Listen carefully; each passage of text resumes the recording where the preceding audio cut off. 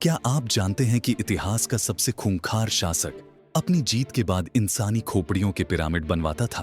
Taimur lung, एक नाम जिसे सुनकर पूरा एशिया कांप जाता था। 14वीं सदी में इस मंगोल योद्धा ने ऐसे तरीके अपनाए जो आज भी रोंगटे खड़े कर देते हैं। जब तैमूर किसी शहर को जीतता था तो वह सिर्फ लूटपाट नहीं करता था, वह मनोवैज्ञानिक युद्ध का मास्टर था। हर जीते गए शहर के बाहर वह मृत लोगों की खोपड़ियों से विशाल मीनारें बनवाता था। सबसे भयानक उदाहरण था इस्फहान शहर।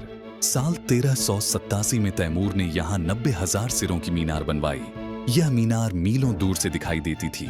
35 साल के अपने शासनकाल में तैमूर ने लगभग 1,70,00,000 लोगों को मार डाला।